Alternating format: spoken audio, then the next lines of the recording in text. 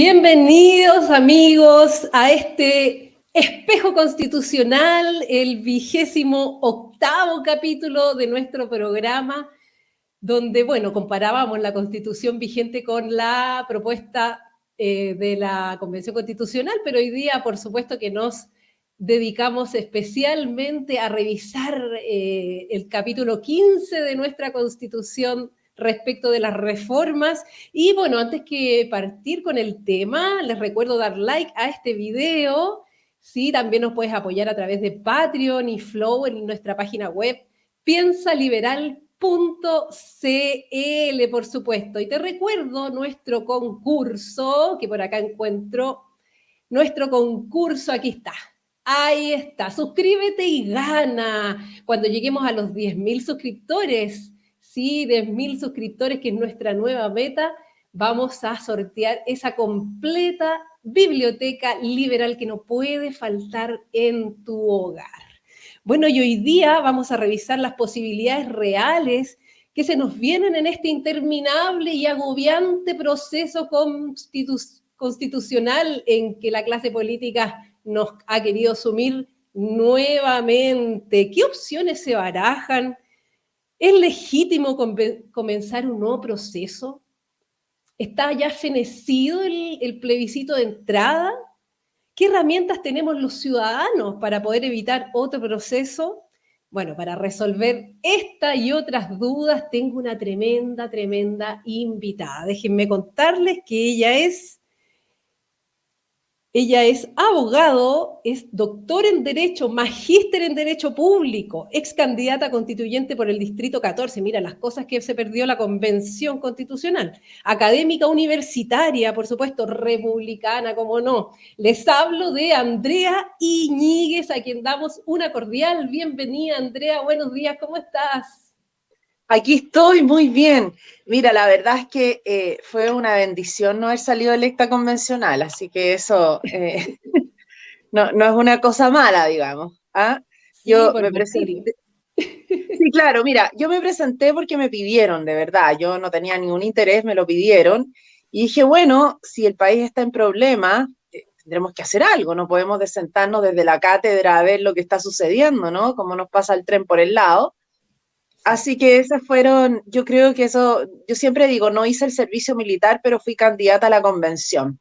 Y con eso ya he servido a la patria, ya que estamos en el Día de las Glorias del Ejército. Maravilloso, exactamente. Bueno, dicen que fue una tortura muchos de los convencionales que pudieron ingresar a No, ese... mira, yo soy católica, yo creo que me habría saltado 100 años en el purgatorio de haber estado en esa convención. Así que menos mal que no fue así. Te habría salvado el purgatorio de todas maneras, pues ya Sí, tienen lo el habría cielo vivido acá en ganado. la tierra. Tienen el cielo ganado ya. Bueno, exactamente, Andrea. Entonces, bueno, mucho se ha debatido respecto de cómo continuar este proceso constituyente, pero bueno, te tenemos como invitada porque queremos saber qué es lo que sigue de verdad, qué es lo legal, lo legítimo. Cuéntame. Sí. Mira, yo creo que aquí hay dos carriles. Uno es el político y otro es el jurídico. Y como a mí como doctora en Derecho y como una persona interesada en el rigor jurídico, me interesa más el tema jurídico. Y a lo mejor los que nos están viendo dicen, ya, me cambio, porque en realidad yo quería ver como un debate más político. Pero un momento, les pido un momento su atención, porque en Derecho y en la política importa mucho el cómo se hacen las cosas. ¿Ah? Y ahí el derecho tiene una función muy importante en la política. O sea, el derecho lo que hace es reglar la política, darle orden, todo este como desorden, como chasconeo, ¿no? Que es necesario, que es propio de la política, efectivamente, pero el derecho tiene esa función como de darle un cauce y que esta cuestión no derive en una anarquía.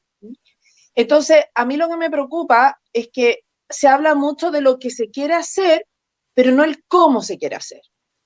Y si no hacemos las cosas bien en las formas, eso va a terminar afectando el resultado. Y yo creo que la convención es el reflejo de eso. O sea, hay mucha gente, yo creo que la gente todavía no se pregunta por qué llegamos a esa convención. Todo el mundo dice, ¿por qué llegamos a mamarracho? Pero yo creo que ese mamarracho fue consecuencia del resultado, del cómo llegamos a esa convención. Y del cómo llegamos a esa convención tiene directa relación de por qué, en mi opinión, porque el 15 de noviembre no se puso atención a las formas. Y al no ponerse atención a las formas, tuvimos ese resultado. Entonces a mí lo que me preocupa y lo que yo denuncio donde me invitan, y gracias por la invitación, Tarín, y donde sea lo voy a explicar, es que si hay una lección que tenemos que aprender esta vez, es que hay que prestar atención a las formas, porque si no, el resultado podría ser igual o peor. Y eso es lo que me gustaría explicar también, a medida que se vaya dando la conversación. Ahora, Tarín, si tú dices, oye, esta señora está hablando en complicado, está hablando como si estuviera hablando de una convención de abogados, tú me dices, es que no estoy entendiendo nada. La gente que está en el chat o los que van a ver después en diferido no entienden nada, así que vamos a tener que simplificar esto. Lo volvemos a explicar, no hay problema. Estamos perfectamente. Bueno, tú decías que hay una forma legal y una forma política, las diferencias de esto, para que las personas en la casa lo entiendan. Que en el fondo uno es que es un consenso, ¿cierto? Cuéntanos de eso. A ver, para mí el tema político es, todos queremos una nueva y ¿cómo le llaman? Nueva y buena constitución, algo así.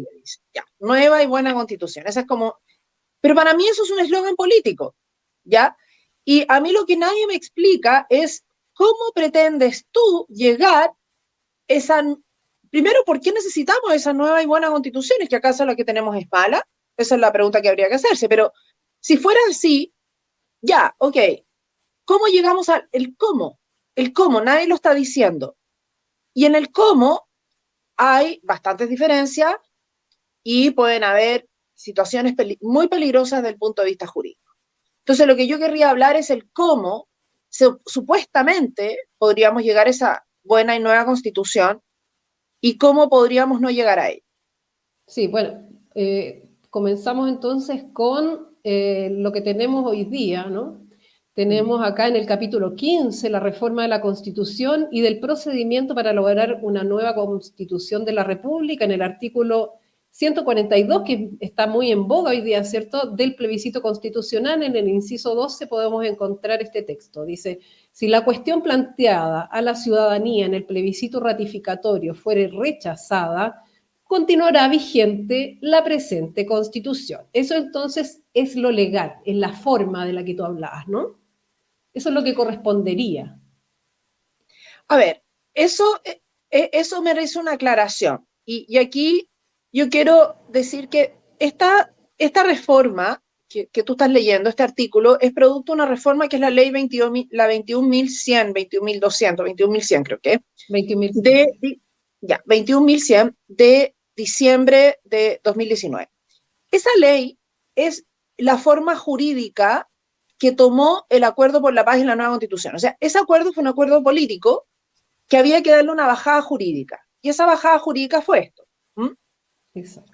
Cuando se discute esa reforma, yo estuve presente ahí, y esto yo quiero decir porque lo mío es testimonial. O sea, esto yo no lo leí en un papel, yo estuve presente, no estuve en el Congreso el 15 de noviembre, pero estuve en los días posteriores, gracias a un pase que me dio un diputado, no voy a decir su nombre para salvar, pero pude estar presente presencialmente en las comisiones donde se discutió el diseño de este proceso constituyente hasta que se aprobó. Porque este proceso duró 5 semanas. Entonces estuve ahí presencialmente. Y primero lo que yo les quiero decir es que lo que yo vi ahí fue una borrachera constituyente. O sea, si afuera era una borrachera revolucionaria, adentro del Congreso era una verdadera borrachera, era un delirio. O sea, cada loco con su tema, literalmente. O sea, no hubo nadie que dijera, oye, paremos, pongamos los pies, bajemos 3 cambios, veamos lo que estamos hablando. O sea, se hablaba de sí van a participar en el nuevo proceso los independientes y también cupos de escaños reservados y paridad, lo que se llama paridad de salida, que, bueno, yo no soy libertaria, pero tengo que decir que para mí la paridad es ofensiva. Yo creo que nadie que se diga liberal puede estar a favor de la paridad de salida. Eso es una aberración. Y yo estoy en contra de la paridad de salida. De hecho, yo fui al Congreso justamente a exponer en contra de la paridad de salida, Porque si yo hay un feminismo que adhiero es al feminismo liberal, de Christina Hoff Sommers, de esa línea, digamos, ¿no? De Camila Paglia, bueno, lo que también ha expuesto el doctor Jordan Peterson, o sea, esa es mi línea de feminismo, ¿no? Por lo tanto, la paridad de resultados no puede estar más opuesto a todas esas ideas, ¿no? Que son entre conservadoras y liberales. Y libertarias, más bien dicho, ¿no? Liberales no, pero libertarias. Pero bueno, no vamos a discutir acá qué es lo que se liberaron. Eso ya es mucho, pero o sea, esa es mi línea, digamos. Jordan Peterson, Christina Hoff Sommers, Camila Paglia, Agustín Laje, lo que ha dicho él también del feminismo, Alicia Rubio en España, en fin. Entonces, para mí eso era una aberración, pero eso era lo de menos lo que se vio ahí. O sea, de verdad, después querían darle cupos especiales a lo LGTB. O sea, era una verdadera como corporación de estilo fascista lo que estaban tratando de crear, ¿no? Típico del corporativismo de darle cupos a una persona por pertenencia a un grupo, por una profesión. Y todos opinaban, ¿y cuál tenía una idea más loca que la otra? De verdad, o sea, yo le tengo prometido a mucha gente escribir un libro sobre esto, no soy la única, fuimos muchos abogados los que tratamos de ir a poner paños fríos a esto, decir que esto era delirante, no nos escucharon, bueno. Y entonces en este delirio se diseñó este sistema que quedó, valga la redundancia, muy mal diseñado, porque había una premura, había un apuro. ¿Y cuál era el apuro? El apuro que el plebiscito de entrada tenía que ser en abril. Y el CERVEL les advirtió que ellos tenían que tener listo, el padrón tenía que estar listo 3 meses antes de la elección. Y por lo tanto, para hacerlo en abril, esto tenía que estar listo a fines de diciembre. Ahí estuvo el apuro de sacar rápido esta reforma. Por eso se hizo tontas y a locas entre gallo y medianoche. Por eso cuando me dicen, no, que esto lo diseñaron expertos, mira, los expertos que diseñaron esto, muchos de ellos colegas míos, con todo respeto, lo hicieron pésimo, quedó pésimamente mal diseñado y por lo tanto la ejecución no podía ser otra ya que el desastre. El rigor técnico brilló por su ausencia. Y ahí yo quiero destacar una cosa, que lo que se acordó es que iba a haber un plebiscito de entrada para el caso de que si ganaba el apruebo. Nunca se dijo el porcentaje que tenía que ganar, 50-50, o sea, ahí era 49-51 listo. Se procedía a este proceso constituyente que iba a ser una sola vez, claro, y con fechas se estableció esta cláusula de cierre que tú acabas de leer, que si la cuestión planteada era rechazada, seguía vigente la Constitución. Yo quiero decirle una cosa a la gente acá, y esto está grabado, yo tengo los videos, te los puedo mandar, Tarín, si tú quieres, porque el otro día lo recogí porque le hice una asesoría a una diputada que me los pidió. El actual presidente Gabriel Boric, entonces diputado Gabriel Boric, que era miembro de la Comisión de Constitución, él dijo, bueno, si gana la prueba de entrada, se entiende rechazada la Constitución del 80. ¿Qué es lo que está diciendo ahora Chile Vamos? Claro, claro. Y fue Chile Vamos el que le dijo, no señor, no se entiende rechazada, porque le vamos a poner una norma de cierre, que es el 142. Exacto. Y Boric insistió, yo estuve en una comisión ahí que duró unas 8 horas, y Boric cada vez que podía insistía en esto, él quería dejar el proceso abierto per secula secularum, hasta que se aprobara una nueva constitución. Y claro. Chile Vamos, y la comisión de expertos le dijo, no, por eso está este 142. Por lo tanto, por eso es tan grave que Chile Vamos ahora quiera cambiar la regla del 142. No sé si se ha entendido eso por este lado, o sea, por aquí, sí, o sea, claro. Siempre estuvo, y esto está en la historia de la ley, si usted la revisa, está en la historia de la ley que había una norma de cierre cualesquiera fueran los resultados del plebiscito de entrada. Por lo tanto, estos que andan diciendo que el 80-20 tiene que ser respetado, no, porque lo que ahí se hizo fue simplemente abrir un proceso con un cierre, porque si no, esto podía terminar para siempre, hasta que se apruebe una nueva constitución. Entonces, y aquí va el segundo punto, vamos al rigor técnico. Fíjense ustedes, en derecho las palabras importan mucho. Y la palabra que ocupa Jimena Rincón y estas personas de izquierda que fueron por el rechazo, si tú te das cuenta, Tarín, la palabra que ellos ocupan, y que Chile Vamos estaba ocupando, ahora ya no, pero lo estaba ocupando hasta hace poco, era continuar el proceso. Claro. ¿Por qué esta palabra es tan importante, continuar el proceso? Porque la única forma O sea, ellos quieren continuar el proceso, pero tú tienes que continuar algo que partió en algún momento. ¿Cuándo partió eso? En el El plebiscito de 25. entrada. Exacto. Claro. Entonces, esto lo que significa continuar el proceso es exactamente lo que Boric quiso hace 3 años. O sea, Boric gana. Claro. O sea, Boric lo que perdió en esa comisión lo gana ahora. No si no tiene un pelo tonto. Entonces, o sea, lo que Boric perdió, eso es típico de los comunistas, ¿no? Cedemos, Sí, pero para después avanzar. Lo dijo Carol Cariola el otro día, ¿no? Si no perdimos, perdimos como la batalla, pero no la guerra, vamos a seguir avanzando. Seguimos, ¿no? Hashtag seguimos. Claro, Entonces, la teoría del tejo pasivo, que avanzan 3 y retroceden 2 nomás. y da lo mismo, y da lo mismo. Entonces, y jurídicamente hablando, ¿qué significa continuar con el proceso? Continuar con ese proceso del de 2020 significa que tú tienes que romper la regla de salida. No hay otra forma. O sea, si tú quieres que él continúe desde el 80-20, hay que modificar el 142. Y con esto voy a cerrar esta idea para que tú puedas hacer las preguntas que quieras. Pero el problema del 142 es que el 142 tenía fecha, 4 de septiembre. Vale. Es decir, el 142 ya operó, ya se aplicó. Entonces, si tú quieres continuar desde el 80-20, lo que hay que hacer, y esto la gente, yo me alegro que mucha gente en redes sociales lo está entendiendo muy bien, gente que no son abogados, es modificar hoy el 142. Pero claro, ¿cómo vas a modificar una decisión, o sea, un artículo que tenía fecha, que ya operó? Exacto. O sea, vas a meternos en la máquina. A ver, si ellos querían continuar el proceso, y aquí yo le concedo algo a Jimena Rincón, ellos presentaban un proyecto para modificar el 142 un mes antes del plebiscito. Sí, en agosto. Yo creo, en agosto, tendrían que haberlo aprobado antes. Eso sí, hubiera sido impresentable, pero jurídicamente me parece, políticamente impresentable, jurídicamente pasa. Pero modificar el 142 que ya operó con efecto retroactivo, para mí es un fraude, es vulnerar además el artículo 5º que dice que la soberanía la ejerce el pueblo a través de las elecciones periódicas y plebiscito.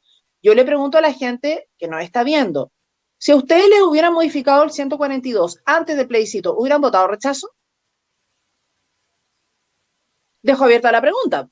O sea, si hubieran sabido que, o sea, aunque gane el rechazo, vamos a seguir, hubieran votado rechazo, porque además aquí viene otra contradicción, es que de nuevo, porque aquí no se está pensando. Si uno dice, el presidente de la República dijo, oye, mira, Chile Vamos le concedió que tenemos que continuar con esto porque ganó 80-20 el plebiscito entrada. Ya, pues, pero es que no solo ganó 80-20 el apruebo, ganó 80-20 la Convención Constitucional. Entonces ahora Chile Vamos dice, no, esa Convención Constitucional no. Ya, pero también ganó 80-20 la Convención Constitucional. O sea, claro. Si tú retrotraes, modificas el 142, que me parece una aberración, y lo retrotraes al 80-20, tendrías que aceptar la tesis del presidente de la República, que efectivamente también tiene que hacerse por las mismas reglas que se aplicaron ese día. Tú no puedes dividir el plebiscito, o sea, no lo puedes dividir a tu gusto. Concluyo con esta idea. Hay algunos en Chile Vamos que se han dado cuenta de esto, gracias a Dios, y están hablando de nuevo proceso. Claro. Nuevo proceso. Ya, pero nuevo proceso significa establecer nuevas reglas. Por ejemplo, plebiscito de entrada, que es lo que tú mencionabas al principio. Exacto. Todo de nuevo en el fondo, es como copy-paste con otras y qué sé yo. Y ahí tú puedes arreglar el tema de los independientes, puedes decir, no, Convención Constitucional no, en realidad los expertos, que ya podemos hablar de los expertos, tengo mi opinión sobre ese tema, pero hay que tener cuidado. Pero yo tengo la sensación de que la centroizquierda que votó por el rechazo no quiere saber nada de nuevo proceso. Si tú te das cuenta, no ocupan habla los tuits de Jimena Rincón, de Walker, ellos nunca ocupan la palabra nuevo proceso. Ocupan la palabra continuar. Y claro, eso tiene una consecuencia jurídica. No sé si está muy enredado. No, está perfectamente. Bueno, las personas que nos están viendo, si tienen alguna duda, por favor, pueden hacerla a través de nuestro chat, de nuestro super chat, por supuesto, si nos quieren apoyar. Vamos a revisar entonces, tú justamente estabas hablando del artículo 5 de la soberanía nacional, lo voy a leer. Dice, capítulo primero, base de la institucionalidad, artículo 5. La soberanía reside esencialmente en la nación. Su ejercicio se realiza por el pueblo a través del plebiscito y de elecciones periódicas y también por las autoridades que esta Constitución establece. Ningún sector del pueblo, ni individuo alguno, puede atribuirse su ejercicio. El ejercicio de la soberanía reconoce como limitación el respeto a los derechos esenciales que emanan de la naturaleza humana. Es deber de los órganos del Estado respetar y promover tales derechos garantizados por esta Constitución, así como por los tratados internacionales ratificados por Chile y que se encuentren vigentes. Entonces aquí lo importante, por supuesto, que es la primera parte, ¿no? Que la soberanía reside esencialmente en la nación. Y esta nación habló claro y fuerte El ejercicio. Ahí está el tema, el ejercicio. A ver, profundiza un poco más en ese concepto. O sea, la soberanía significa que el titular es la nación, es decir, todos los chilenos, pero el ejercicio es de aquellos chilenos que tienen derecho a voto. Por eso el pueblo, ahí se entiende el pueblo en votaciones populares y escrutinios. Por lo tanto, ahí no es la nación la que ejerce la soberanía, sino el pueblo a través de la elección periódica. Por lo tanto, en mi opinión, modificar con efecto retroactivo una decisión que ya se tomó vulnera justamente este artículo, en lo que se dice en el ejercicio de la soberanía. Entiendo. ¿Y qué podemos hacer como ciudadanía, como ciudadanía organizada para que, en definitiva, paremos esta locura constitucional donde nos quieren meter la clase política? Mira, yo creo que aquí hay tres cosas. Primero, hay que parar este tema de continuar el proceso. O sea, la palabra continuar hay que eliminarla. Porque continuar va a significar modificar el 142. Esa es la consecuencia jurídica de esto. Exacto. Por lo tanto, ¿y por qué uno dice continuar? Porque mira, si nosotros modificamos el 142 y continuamos con estos procesos, eso significa que el proceso no termina hasta que se apruebe una nueva constitución. No hay regla de cierre. Claro. Ahora, la centro derecha dice, no, esto, yo tengo una amiga que hace poco fue a hablar con una de las cúpulas de Chile Vamos, dijo, no, sí, ahora vamos a tener una nueva y buena constitución que todo el mundo la va a aprobar. Perdón, nadie es dueño del cuerpo electoral. El cuerpo electoral, si hay algo que ha aprobado desde el plebiscito de octubre, es que es impredecible. Nadie predijo el 80-20, nadie predijo el resultado de la elección de la convención, nadie predijo que Sichel no iba a pasar a segunda vuelta, nadie predijo que Boric iba a ganar por la mayoría que ganó, nadie predijo el resultado ahora del plebiscito de salida. El cuerpo electoral es impredecible y por lo tanto nada asegura que si tenemos una nueva convención, esa convención va a ir a presentar una constitución que la mayoría apruebe, porque esta vez podría suceder que tal como la centroizquierda aliada con la derecha rechazó, podría perfectamente suceder que ahora sea una constitución que nos gusta a la derecha y a los moderados, pero no le gusta a la centroizquierda y a la extrema izquierda y ellos la rechacen. Y entonces, como no tenemos regla de cierre, porque ahora el 142 no existe, entonces vamos por el tercero y vamos por el cuarto. Y eso es el camino a la anarquía, digamos las cosas como son. Y que eso entonces, fue lo que pasó en Venezuela, ¿no? Bueno, o podemos terminar en un régimen chavista o veamos la realidad nacional, lo que nos pasó entre ensayo constituyente y ensayo constituyente en la década de 1830, donde terminamos, el Lircay. Entonces, es impredecible. Por eso es que es tan peligroso modificar el 142, porque en el fondo lo que tú estás diciendo es que no va a haber reglas de cierre hasta que haya una nueva constitución. Ese es el punto. Ya, segundo, tú podrías decir, ya, Andrea, te lo concedo. Aquí hay gente de Renovación Nacional que me ha dicho, te lo concedo, el 142 no se toca, el proceso se cerró. Vamos a abrir uno nuevo. Exacto. Ya, vamos a abrir uno nuevo significa que vamos a hacer de nuevo un plebiscito de entrada, de nuevo vamos a tener elección de convencionales y ¿qué pasa con la estabilidad del país?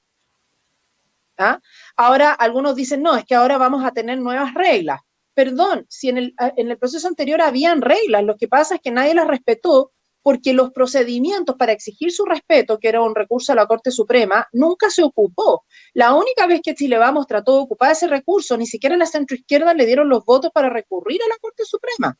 Y eso es algo que se está olvidando. O sea, los procedimientos de reclamo por incumplimiento de los procedimientos, valga la redundancia, nunca se ocuparon. Entonces, ¿quién nos da la certeza que ahora sí se van a ocupar? Nadie nos da la certeza. Tercer, entonces, por lo menos, entonces yo creo que la ciudadanía tiene que oponerse también. Yo creo que cualquier proceso constituyente fuera del Congreso tiene que ser rechazado. Por lo tanto, nos queda el tercer elemento, que es que el Congreso lleve a cabo de manera reflexiva una reforma a la Constitución del 80, asesorado por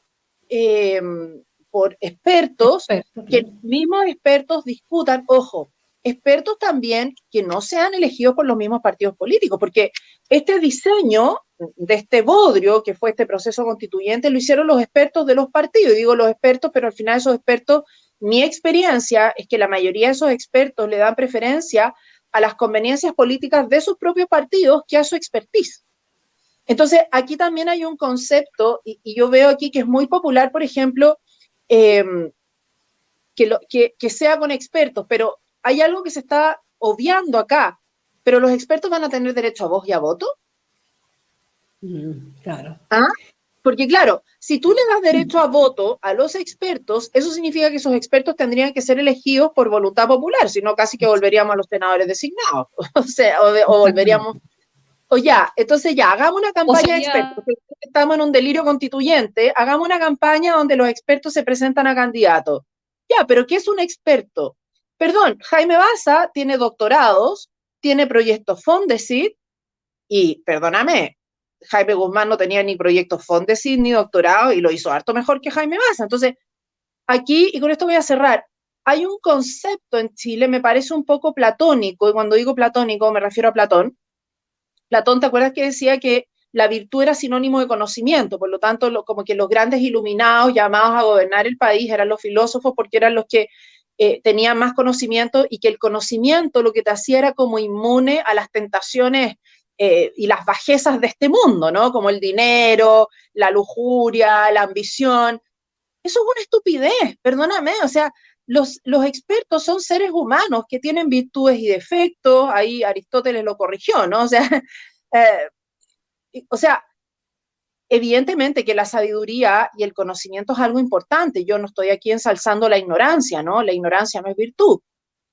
Pero el conocimiento no es un certificado de ser virtuoso. Y no es un significado tampoco de que tú vas a anteponer lo técnico antes que las conveniencias políticas o que las conveniencias personales. Entonces, esto de que ya asesorados, la gente parece que está muy entusiasmada con los expertos, pero de nuevo, ya ese entusiasmo político, démosle una bajada técnica. ¿Los vamos a elegir? ¿Van a tener derecho a voz y a voto? Porque ahí vas a rajar la democracia representativa. Si ya la rajamos con la paridad de salida, si ya la rajamos con los escaños reservados, o sea, ahora vas a tener escaños reservados para expertos. Exacto. O sea, yo creo que lo mejor es, mire, dejemos el constituyente derivado en el Congreso, porque, ojo, el 142 dijo que la Constitución sigue vigente y la Constitución tiene mecanismos de reforma.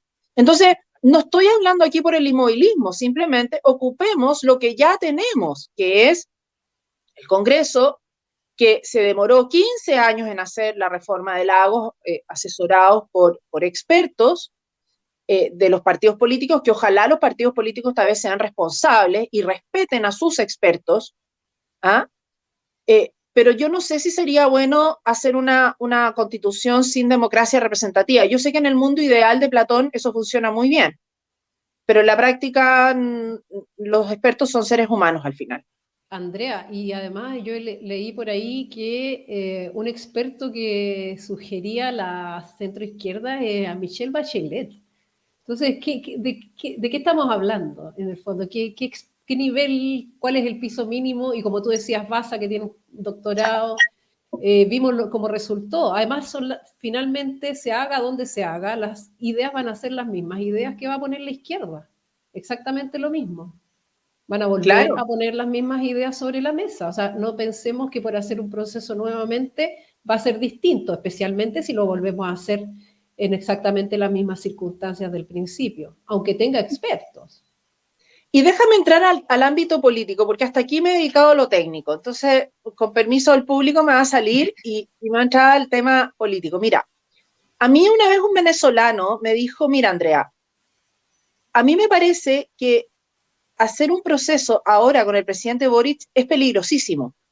¿Y por qué es peligrosísimo? Porque ¿cuál fue el tema de Venezuela que nosotros tuvimos la diferencia con este proceso? Que tuvimos un presidente Piñera, que nunca le interesó el proceso constituyente. Piñera, sabemos que el proceso constituyente para él fue simplemente un mecanismo para salvar su gobierno. Eso fue.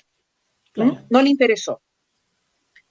Pero ahora tenemos un presidente que él sí está interesado, ¿no?, en el proceso constituyente, porque él mismo lo dijo. Él no puede desarrollar su programa si no es con una cierta constitución. Por lo tanto, esto de que el gobierno no va a intervenir, que va a ser neutral, o sea, por favor, señores de Chile, vamos, dejemos el buenismo una vez por todas de lado, dejemos de ser rusonianos y empecemos a ser un poquito más aristotélicos. O sea, yo soy muy seguidora de Aristóteles, Santo Tomás, empecemos a usar la astucia. ¿Ah? O sea, el Evangelio dice que hay que ser cándido como una paloma, pero astuto como una serpiente. O sea, el gobierno de Boric no se va a abstraer del proceso constituyente, va a estar encima, porque a él sí le interesa tener una constitución a su medida para desarrollar su programa, cosa que no le pasaba al presidente Piñera. Exacto. Entonces ahora va a ser peor, porque el intervencionismo del gobierno, si ya lo que vimos en la campaña fue descarado, eso no va a hacer nada. Eso va a ser, eso va a ser un canapé. Entonces, ahí voy entrando al tema político. O sea, es sumamente peligroso tener un proceso constituyente con un gobierno que está interesado en un tipo específico de constitución. ¿Ah? Porque además, la constitución, hay que considerar, a veces al presidente Boric, y aquí también viene una opinión política, como que se le ve como una persona que se ha moderado. Yo personalmente creo que el presidente Boric no se ha moderado, sus más cercanos no son personas moderadas, y por lo tanto, y esto lo dijo, ojo, lo dijo Fernando Villegas, que no es por nada, pero yo lo vengo diciendo antes que Fernando Villegas, lo que pasa es que él tiene más llegada, más público, pero Fernando Villegas hace poco dijo, para este gobierno la Constitución es un instrumento de la revolución. Cuando uno piensa en la revolución comunista, piensa así en las calles, agarrándose a pedradas, o en la reforma agraria, con las tomas de los campos y de las industrias. No. O sea, perfectamente tú puedes llevar a cabo una revolución manipulando la Constitución. Y eso ya tenemos una experiencia histórica, como tú dices, el caso de Venezuela, pero también está el caso de los nazis. Los nazis manipularon la Constitución del Weimar sin moverle una coma. Por lo tanto, ahí entonces entrado el tema político. Yo creo que, y con esto va a cerrar también una segunda consecuencia política, la oposición le insiste al presidente, ya presidente, se acabó la farra constituyente, usted anduvo haciendo campaña, se acabó la campaña, ahora tiene que empezar a gobernar. Es que Boric no va a gobernar si tiene un proceso constituyente a la vuelta de la esquina. Claro, va a seguir en campaña, ¿no? Va a seguir en campaña. Sí. Tú tienes que quitarle al presidente Boric, por lo menos por un año, las campañas. Si quieres que el presidente gobierne, quítale aquello que lo único que él sabe hacer, y es un maestro y un profesional, igual que la Camila Vallejo, todos ellos son doctores summa cum laude en hacer campaña y en hacer revolución. Es lo único que saben hacer. Por lo tanto, si ustedes, señores de Chile Vamos, quieren por el bien de Chile que el presidente Boric empiece a gobernar, quítenle, esto es como cuando el niño, uno quiere que haga las tareas y pasa todo el día en el celular. ¿Qué hace? Le quitas el celular. Apaga la Wi-Fi. Quítale el Wi-Fi, quítale el celular, ¿no? ¿Y cuál es el Wi-Fi? ¿Cuál es el celular de este señor que le impide concentrarse en las tareas de gobierno, como dice el artículo 24 de la Constitución, que el gobierno y la administración del Estado? Los procesos constituyentes. No vamos a tener gobierno mientras tengamos un gobierno en proceso constituyente. Y la llave, fuera del Congreso, insisto, dentro del Congreso no pasa nada, porque ahí ya hay más, ahí no hay elecciones de por medio. Entonces, el presidente no puede manipular nada. Pero si lo sacas del Congreso y lo llevas a la calle, que es la elección, no vamos a tener gobierno. Eso te lo doy firmado. Exactamente. Bueno, tanto se meten que gracias a los dichos de Camila Vallejo fue que Chile Vamos reculó, ¿cierto? Porque así de tanto se meten y se van a seguir metiendo, tal cual como tú lo dices. Es que yo Cuando, creo que Chile Vamos no reguló por eso. Y aquí ¿no? viene, no, Ah, mira, cuéntame. esta otra pregunta que tú no has respondido, que tú me hiciste. Mira, seguimos en el tema político. ¿Qué pasa? Que yo te lo digo porque yo he sido candidata a diputada y he sido candidata a la convención, por lo tanto, algo de experiencia política tengo, ¿ya? Y esa es mi última vez que soy. Yo ya hice yo ya dije a todo el mundo, yo ya hice mi servicio a la patria, yo vuelvo a la cátedra, hace tiempo que estoy pensando escribir un libro de derechos humanos y quiero terminarlo. Así que mira, los partidos, a ver, las cúpulas de Chile Vamos, las cúpulas, ellos hicieron su acuerdo, ¿te acuerdas que tenemos que cumplir nuestra palabra? Oye, si tú no puedes, primero que tú no puedes vender lo ajeno, tú no puedes vender la soberanía popular. Así que yo le digo inmediatamente cuando les digan, no, oye, es que Chile Vamos tiene que cumplir con su palabra, ese contrato es nulo, nulo derecho público, porque ellos no tenían la competencia para vender la soberanía popular. Así que quedan liberados del contrato por nulidad. Ya. Entonces, después están las cúpulas, tienes los diputados, pero los diputados pasan mucho más en terreno. Y los diputados en general, ellos siempre tienen apoyos como de organización civil. Por ejemplo, no sé, depende del color político. Yo me imagino, o sea, en mi caso, que era de derecha, a mí me apoyaron mucho las asociaciones de campo, porque yo era candidata a un sector muy rural, entonces las asociaciones del campo, porque además defendía las tradiciones, asociaciones de agricultores, asociaciones de personas, de muchos evangélicos, porque yo siempre, toda mi vida, he defendido la libertad de culto, la libertad de enseñanza, también muchas asociaciones de padres. Entonces, claro, obviamente que la Asociación Nacional de Detenidos Desaparecidos no me iba a dar su apoyo, pero bueno, tampoco es que se lo hubiera ido a pedir, digamos, entendible. Entonces, seguramente algún diputado de izquierda, a su base, o sea, tienen una sociedad civil de apoyo, ¿me Claro. entiendes? Entonces, ¿qué pasó? Que la sociedad civil, ustedes saben que desde el mismo día del plebiscito insistió, ¿con quién? Con los diputados. Decirle, oye, mire, o sea, nada de nuevos procesos, o usted no va a tener nuestro voto en la próxima elección. ¿Entiendes? Entonces, ¿qué pasó? ¿Por qué reculó Chile Vamos?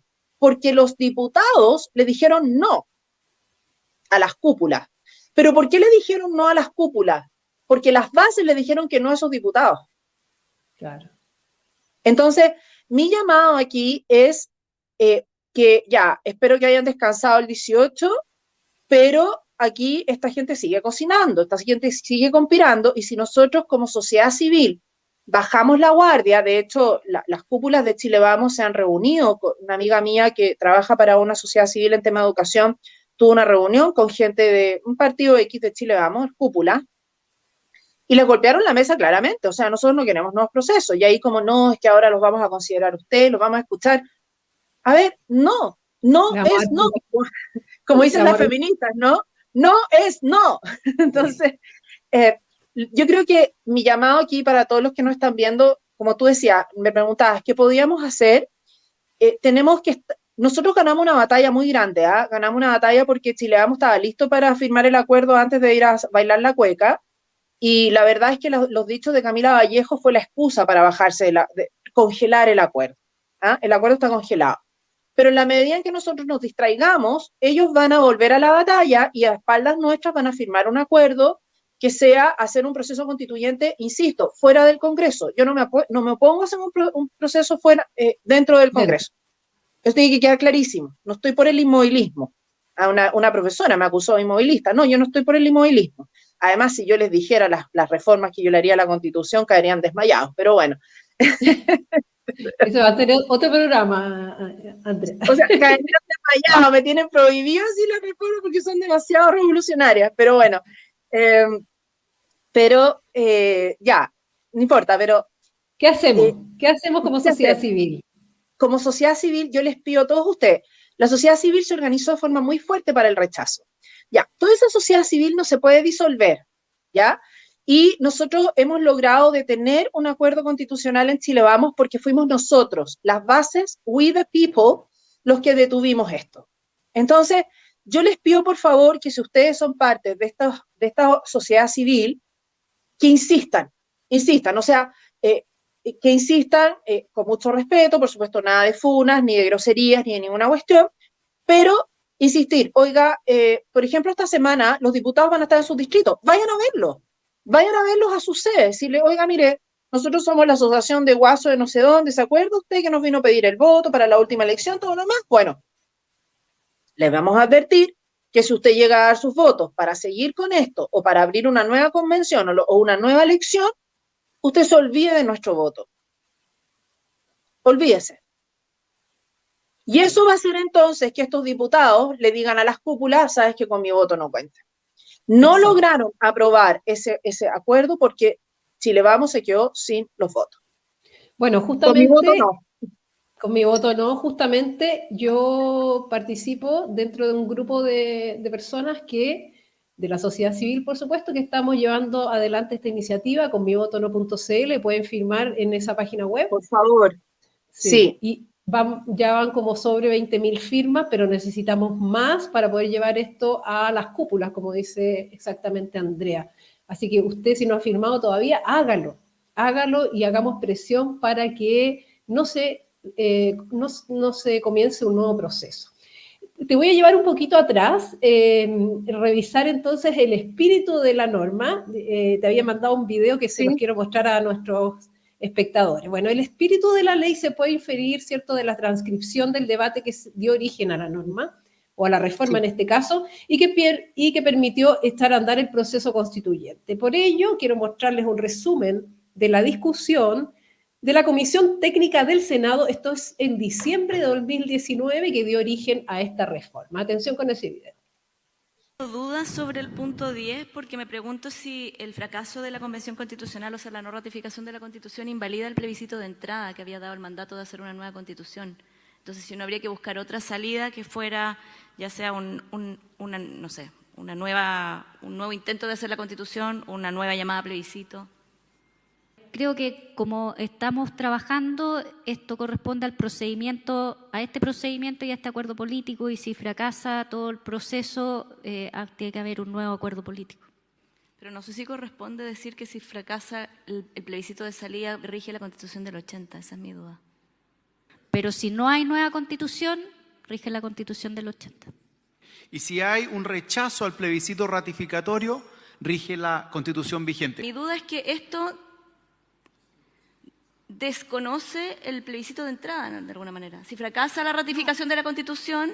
Si en el plebiscito ratificatorio no se aprueba el nuevo texto constitucional, bueno, esto va a quedar además en el capítulo 15, digamos, y se podrá utilizar este mecanismo posteriormente, pero si no se aprueba el plebiscito ratificatorio, la Constitución vigente va a perdurar, digamos, ¿no? No hay otra alternativa a eso. Que la ciudadanía vote sí en el primer plebiscito, en el plebiscito de entrada, lo que indica es que se inicia un procedimiento cuyo término depende del cumplimiento de una serie de reglas que son las mismas que estamos estableciendo, que son por lo demás reglas que, si bien están en el capítulo permanente, están asociadas a fechas que son transitorias. Por lo tanto, no es que permanezca un modo de modificar la Constitución permanente, sino que asociado a un procedimiento, a ciertos hitos y ciertas fechas muy claras, que evidentemente en caso de tener que partir todo nuevo, será revisado para establecer un sistema permanente o no. Y en ese sentido, entonces, mientras no haya dos plebiscitos que aprueben y un acuerdo en la Convención, la norma constitucional que nos rige es la vigente. Bueno, clarito entonces. Pero, bueno, yo estuve ahí, así que... Y yo te decía una cosa, yo te voy a decir quiénes son los expertos, algunos de los expertos que hablaron que reconocí. Una Soto, que es de la UDI, cercano a Sebastián Piñera, no es de la UDI, pero muy cercano a Sebastián Piñera. Cheche García, cercano a Evópoli, y no me acuerdo el nombre de la otra colega, pero es cercana a la democracia cristiana. O sea, transversal. Exactamente. Bueno, y hablando justamente de lo que hay que hacer y lo que no hay que hacer, por supuesto, yo les quiero mostrar lo que piensa el PDG, porque hay mucha gente que dice, sí, me tinca el PDG, pero lo que dice el PDG, aquí lo tenemos, dice Partido de la Gente pide un nuevo plebiscito de entrada para continuar en el proceso constituyente. Y esto yo creo que es una trampa, porque si nosotros empezamos a pedir plebiscito de entrada, vamos a partir todo de nuevo. Vamos a volver a hacer este proceso, vamos a volver a tener plebiscito de entrada, constituyente, etcétera. Aunque le quieren, además, estuve leyendo en ex ante que le quieren poner otro nombre, y hay varios nombres, para no decirle convención constitucional, porque está muy castigada por la ciudadanía ese concepto, Sí. ¿no? Pero bueno, vemos al Partido de la Gente, que uno puede decir como es como parte del centro, ¿cierto?, de la política chilena, pidiendo un plebiscito de entrada. Y si pedimos un plebiscito de entrada, esto abre la puerta al nuevo proceso completo. Entonces, bueno, ¿qué opinión te merece esta opción del PDG? A ver, de nuevo, dice, pide un nuevo plebiscito de entrada para continuar con el proceso. Pero no, pues que esto no es continuarlo, entonces es un nuevo proceso. Exacto. Pero ahí está la contradicción. O sea, no es un nuevo proceso, ¿ya? Mira, por lo menos yo aquí veo más rigor técnico. Aquí esto me parece un despropósito político, pero el nuevo plebiscito de entrada significa dar por cerrado el proceso que describían los expertos en el video que tú estabas mostrando. Pero lo que pasa es que también hay una cosa que aquí nadie dice, o sea, una elección a una nueva convención es un negocio redondo para los partidos políticos y para los candidatos. Exacto. Y yo te voy a decir por qué, porque yo fui candidata. Cuando uno es candidato, uno más o menos calcula cuánto va a gastar y además uno puede endeudarse. Puede endeudarse. Entonces, ¿qué es lo que pasa? Que tú te endeudas, bueno, tú decides por cuánto te puedes endeudar. Te puedes endeudar por 5 millones o por 100 millones, pero lo razonable sería endeudarte por un monto más o menos de los votos que tú vayas a ir a sacar, ganes o no. O sea, entonces yo calculé para mi campaña de diputado, que esto está en el Cervelo, así que esto lo pueden ver ahí, yo calculé que más o menos iba a sacar 4.000 votos porque era lo que había sacado convencional. Entonces dije, ya, entonces voy a endeudarme en 4.000 votos porque multiplico 1.000 y tanto, me pagan por cada voto, entonces esta es mi capacidad de endeudamiento, y quedé una factura pendiente con una persona que me hizo una campaña comunicacional, bastante modesta por lo demás, pero bueno, fue una campaña comunicacional, y ahí entonces quedó una deuda, yo quedé endeudada con esta persona, ¿ya? Convenimos tanta plata, y yo dije, ya, voy a quedar endeudada por esto, y pago esto con los votos que saque. Y la chunté, porque más o menos saqué los mismos votos que saqué, y el fisco me pagó por esos votos, y yo pude pagar mi pequeña campaña comunicacional, y se acabó. Ahora, si el voto fuera obligatorio, porque lo quieren además hacer con voto obligatorio, yo a lo mejor habría perdido mi campaña de diputada, pero no por 4.000 votos. Probablemente hubiera perdido por 15.000 votos. ¿Me entiendes o no? Entonces, para mí, el voto obligatorio me hubiera convenido porque aumenta mi capacidad para endeudarme en mi campaña. Ahora, yo contraté una campaña austera con una persona muy profesional que tiene currículum de comunicaciones, que lo hace estupendo, ya. Pero imagínate una persona media sinvergüenza que dice, ya, yo calculo que voy a ser candidata a la convención, no voy a salir, voy a sacar 15.000 votos, entonces los flyers se los voy a encargar a mi tío que tiene una imprenta. Claro. Mi jefe de campaña va a ser mi vecina que me cae súper bien y está sin trabajo. Yo conozco una candidata que su jefe de campaña fue el pololo. Entonces, ¿me entiendes tú? Claro. Entonces, claro, es un negocio redondo. ¿Ah? Es una caja pagadora, en definitiva, el CERVEL, ¿cierto?, a través de las votaciones. Es una caja pagadora. Y ojo, y estoy presumiendo que estas personas van a prestar estos servicios, porque en una de esas yo puedo inventar, si una persona es sinvergüenza, puede inventar que le prestaron los servicios y resulta que nunca se movió de su casa, no hizo campaña, pero dice, no, después se toma un par de fotitos, dice, mira, aquí está mi campaña, que en realidad nunca existió, y el CERVEL, ¿qué va a pasar? Le va a pasar la plata. Y con voto obligatorio peor, porque va a sacar más votos y por lo tanto va a sacar más capacidad de endeudarse. ¿Me entiendes tú? Entonces, además, esto es un buen negocio para los candidatos. Y los candidatos, por supuesto, son aquellos que van a tener los contactos con los partidos políticos, porque a mí el Partido Republicano me vino a pedir que yo fuera candidata. Yo no quería, ¿me entiendes tú? Pero a mí no me, o sea, con voto obligatorio, yo creo que vamos a tener una fila de gente que va a querer ser candidato. O sea, eso no me extraña, no me cabe ninguna duda. En definitiva, Andrea, los únicos que les importa y que les conviene un nuevo proceso no es a Chile, evidentemente, es a los señores políticos. Es a ellos. Exactamente. Es a ellos, porque además le quita la carga que debería tener el Congreso, porque es una facultad constituyente derivada que está en la Constitución. Entonces, les quita esa carga. Yo no entiendo por qué entonces ellos dicen, no, es que necesitamos una convención para que se dedique exclusivamente a esto. Mentira. Si nosotros ya vimos que el Congreso igual quedó paralizado con el proceso constituyente. Y obviamente que el proceso queda paralizado con el proceso constituyente, porque ¿qué sentido tiene? O sea, ¿qué sentido tiene, por ejemplo, sacar una reforma de pensiones si es que tú no sabes si la nueva constitución, cuál va a ser el paraguas que va a tener respecto de las pensiones? Exactamente. Claro, y todo lo que se rechazó en el último plebiscito del 4 de septiembre, ellos lo van a instalar igual, la reforma de pensiones. Bueno, eso ya es delirante. Hay gente de centro izquierda que votó por el rechazo, ojo, que votó por el rechazo, que quiere que el proyecto rechazado sirva como insumo para el nuevo proceso. Entonces dicen, no, y es divertido porque es que ves aquí cómo se mete la política sin reflexionar nada, porque dicen, no, mira, tenemos que tomar la actual constitución y el proyecto que se rechazó como insumo para este nuevo proyecto. Pero si son contradictorios, o sea, tú no puedes tener dos puntos contradictorios, o sea, dos posturas contradictorias sobre un mismo punto, no pueden ser las dos válidas a la vez porque eso es absurdo. Entonces, estamos cayendo de nuevo en el delirio, de nuevo lo que yo temo, en el delirio técnico, y el delirio técnico fue lo que nos llevó a la catástrofe que vimos recién. Es decir, que como sociedad civil, primero decir con mi voto no, o sea, no, ni siquiera un plebiscito de entrada, porque el plebiscito de entrada te abre la puerta a este nuevo proceso, ¿cierto? Por eso es tan peligroso, creo yo, la opción del PDG.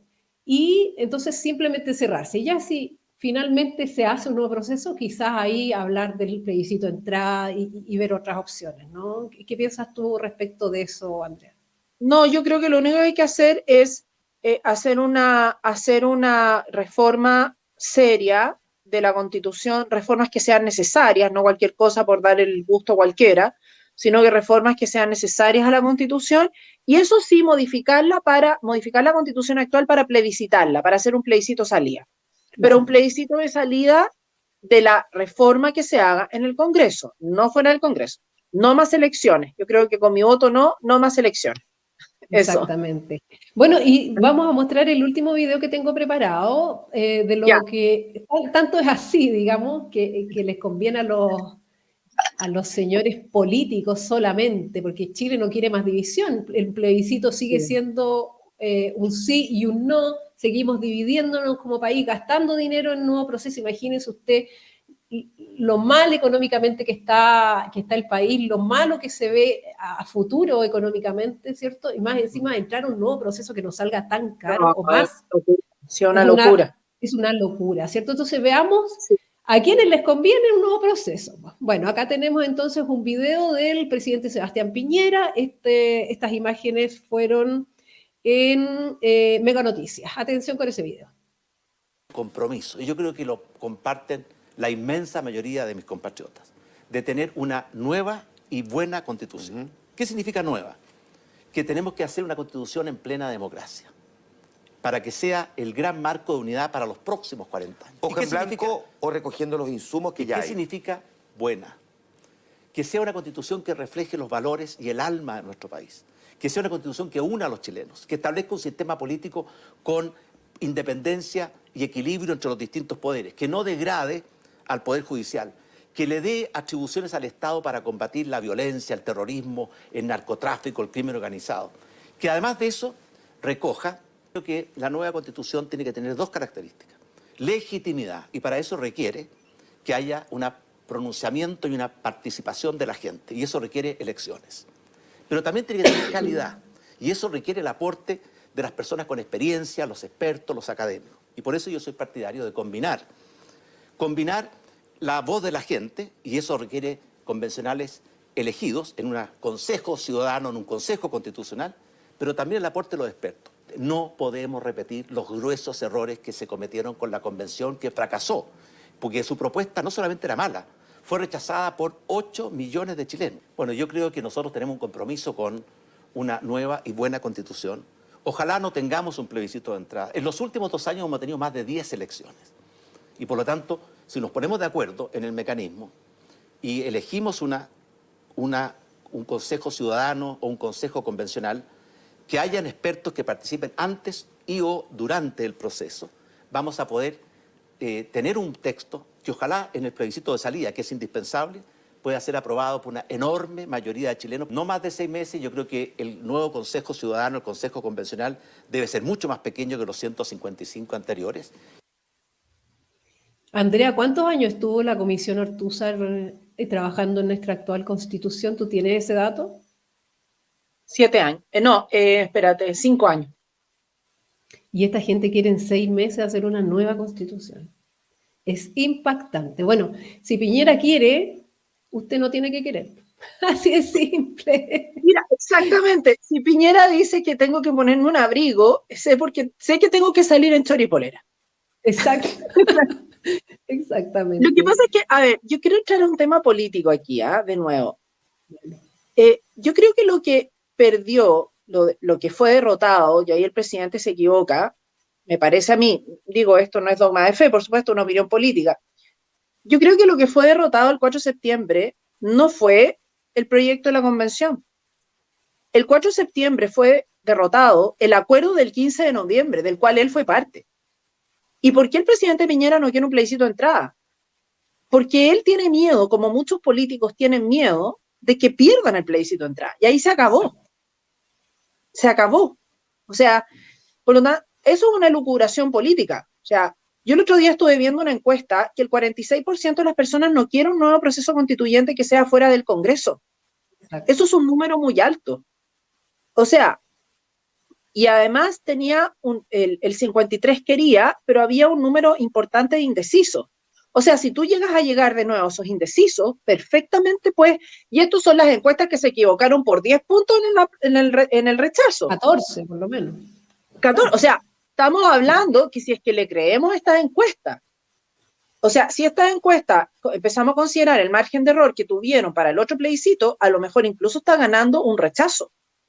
Por eso es que ellos no quieren un nuevo plebiscito de entrada. Y segundo, señor presidente, yo le quiero decir a usted que usted hizo ese acuerdo para su gobierno y ese pacto fracasó. Y usted ya terminó su gobierno. Por favor, presidente Piñera, déjanos en paz. Yo encuentro que en lo personal, Sebastián Piñera ha sido, esto ya voy a entrar, ha sido de lanzar una bomba política. Para mí, Sebastián Piñera ha sido el peor presidente que ha tenido Chile desde Salvador Allende. O sea, ni siquiera el segundo gobierno Bachelet lo hizo tan mal como él. Entonces, yo le pido al señor presidente, por favor, mire, yo no lo voy a mandar a callar, porque yo creo en la libertad de expresión y yo creo que cada uno puede decir lo que quiera, y usted puede decir lo que quiera, yo respeto su libertad de expresión. Pero, por favor, en lo que se refiere a la institucionalidad, denos un respiro. O sea, denos un respiro porque de verdad que el daño que nos hizo, no solo durante el estallido, toda la gente que perdieron sus casas, el daño que hizo la Araucanía, porque él decretó el estado de excepción un poquito antes de la elección, y a mí nadie me saca de la duda que fue para salvar a Sichel, que no lo salvó. La Araucanía pidió durante años, durante el gobierno Piñera, el estado de excepción y no se los dieron. Sus cuarentenas, su dictadura sanitaria dejó en la ruina a miles de personas. Entonces ya está bueno, ya. O sea, por favor, sea presidente, yo respeto su libertad de expresión, pero su opinión vale lo mismo que la mía, y la de la Tarín, y la de todos los que están opinando aquí. O sea, no tiene ningún peso político. A mí me parece que el presidente Piñera fue muy irresponsable en la forma en que enfrentó el estallido, muy irresponsable en la forma en que entregó la Constitución, y muy irresponsable en la forma en que cerró la economía durante prácticamente 2 años. Entonces, yo creo que él es un irresponsable, y lo que diga Sebastián Piñera, a mí en verdad, como dijo Red Butler a Scarlett O'Hara, frankly, my dear, I don't give a damn. Mira, aquí nos pregunta un espectador, dice, en un posible plebiscito de entrada o salida, ¿podría ser con el 2/3? Bueno, eso lo tendría que ver el acuerdo político, si es que se inicia un nuevo proceso, ¿no, Andrea? Sí, claro. Correcto. Así es, así es. Mira, yo creo que, aquí hay otra bomba política que yo también la he comentado con varias, no sé qué opinas tú, Tarini, me encantaría saber la gente que está en el chat qué opina, pero yo creo que Chile Vamos, ellos juraron ¿por qué hicieron todos estos acuerdos, todas estas cosas? Porque yo creo que ellos pensaban que el apruebo, o sea, el rechazo iba a ganar apenas. Entonces, como iba a ganar apenas, su argumento iba a decir, oye, mira, sabes que nosotros no podemos imponer nada porque mal que mal, prácticamente casi el 50% del país está con este proyecto. Entonces vamos a tener que hacer un acuerdo amplio, lo que está diciendo el presidente Piñera. No es un acuerdo amplio. Yo creo, y no sé qué opinas tú, Tarín, que el 62% que sacó el rechazo le vino fatal a Chile Vamos. Fatal. Claro, sí. Fatal. Porque todo su argumento, todo su plan de negociación, de tener nueva, mejor constitución con un nuevo proceso, porque la mitad de Chile lo quiere, no sé qué, se desplomó. Y no saben qué hacer. Bueno, por falta de previsión política nomás. No es problema mío en todo caso. Yo creo que ahí el Partido Republicano fue muy hábil en haberse mantenido al margen, no haber dicho nada, sí, y ver cómo se decantaban las cosas. Evidentemente, Republicano está capitalizando todo el voto, ¿no? Todo el voto del rechazo, creo yo. Y yo creo que lo va a capitalizar más, porque si tú piensas, hay encuestas que dicen que hay un 20% que dice que no quiere más nada de convenciones ni nada. En este momento, el único partido que ha dicho nada de convención, nada de elecciones, es el Partido Republicano. Por lo tanto, si hay una elección de una nueva convención, o sea, si en este momento el Partido Republicano tiene un 10% de los diputados, perfectamente podría capitalizar completamente ese 20 o 25% más todavía. O sea, y eso es lo que Chile Vamos, también esa es la encrucijada que tienen. Yo creo, ya, insisto, aquí ya pasé al tema político, no sé qué opinas tú, pero yo creo que esa es la encrucijada que tienen estos diputados también, porque saben que si le dan el voto al nuevo proceso constituyente, ok, nosotros republicanos en este momento no tenemos los votos para oponernos, pero a largo plazo podríamos salir beneficiados. Y eso es lo que yo creo que los diputados de Chile Vamos están viendo y que las cúpulas no lo están viendo. Claro, claro. No están, bueno, hay que hacérselo sentir, como ya hablamos, con mivotono.cl, usted puede votar ahí. Y, oye, en honor al tiempo, porque ya estamos pasaditas, tengo una nueva sección, pero es muy cortito porque tú tienes que decir apruebo o rechazo, nada más. Atención, voto obligatorio. Sí, apruebo. Paridad. Rechazo. Ya me lo habías dicho. Escaño reservado. Rechazo. Por supuesto. ¿Lista de independientes? Dentro de los partidos políticos, pero como fue la lista de independientes, por fuera, rechazo. Claro, hay que saber de dónde vienen, ¿no? Y sí. Estado social y democrático de derecho es nuestra última apruebo-rechazo. A ver, no, lo rechazo, pero quiero hacer quiero completar mi respuesta. Dale. Hay un mito que se ha instalado que el Estado subsidiario se opone a lo social, y eso es falso, porque uno de los elementos de la subsidiariedad es la solidaridad. Lo que pasa es que la solidaridad, el Estado solidario está mal entendido, porque el Estado solidario lo que hace es enfocar o hace que las ayudas le lleguen a todo el mundo, incluso las personas que pueden aportar al país, que pueden trabajar, que pueden... La solidaridad, en mi opinión, y esto el Estado subsidiario lo recoge muy bien, es que, y está en las encíclicas, el Estado solidario, o sea, la subsidiariedad recoge la solidaridad, pero es ir en ayuda del que no, el Estado tiene que enfocarse en aquel que no puede arreglárselas por sí mismo, que son los niños, los discapacitados, los ancianos. Esa tiene que ser la prioridad. En cambio, el Estado solidario lo que hace es que reparte ayudas que, por supuesto, siempre son escasas para todo el mundo y que a veces ni siquiera llegan a los que realmente necesitan esa ayuda porque llegan a los que gritan más fuerte. Entonces, si por eso vamos a entender por Estado social, no pongo, rechazo. Perfecto. Pero sí por un Estado solidario bien entendido, no como lo han entendido algunos que simplemente lo han enfocado en la economía, que el Estado solidario nunca fue solamente un tema de la economía. Perfecto. Yo creo que eso requiere una aclaración también. Pero Estado benefactor, no, rechazo. Eso sí que no. Bueno, Andrea, te quiero agradecer tu participación el día de hoy. Ha sido un excelente programa, muy entretenido. La gente ha participado harto, hemos tenido harta audiencia. Así que agradecerte todos tus conocimientos, tu buena disposición a participar el día de hoy. Oye, nadie debe dormirse, como dice la ópera de Turandot, no es un dorma. Nadie debe dormirse porque si no Chile Vamos nos va a pegar la cuchilla por la espalda de nuevo. ¿Ah? Exactamente. ¿Ah? Así que eso. Oye, un abrazo a todos allá en Piensa Liberal, todos. ¿Ah? A ti, un agrado, lo hemos pasado muy bien. ¿Ah? Bueno, muchas gracias y para un próximo capítulo te vamos a estar contactando de todas maneras, Andrea. Así que ha sido De muy todas clara. maneras. Listo, muchas gracias, que estén bien. Chao. Que esté muy bien, chao. Bueno, qué maravilla, ¿cierto? Tener una doctora en Derecho que nos pueda aclarar qué es lo que tenemos que hacer, por supuesto, pues señora, vaya a firmar ahí a con mi voto no. Es la única opción que tenemos, parece, como ciudadanos, como ciudadanía organizada. Y bueno, recordarles, por supuesto, que den like a este video, compártalo con sus redes sociales, haga Reels, TikTok, agarre este contenido, lo puede publicar, por supuesto. Y contarles que la próxima semana vamos a tener un tremendo invitado, vamos a tener al diputado Gonzalo de la Carrera, próximo martes, así que no pierda de vista este programa, próximo martes 27 creo que es, a las 11 de la mañana. Y bueno, eso ha sido todo por hoy. Espero que haya sido de su agrado y que los conceptos hayan quedado bastante más claros. Así que estoy buscando justo para cerrar el programa. Acá está, final de programa, ya. Bueno, que tengan linda tarde y nos vemos el próximo martes con Gonzalo de la Carrera.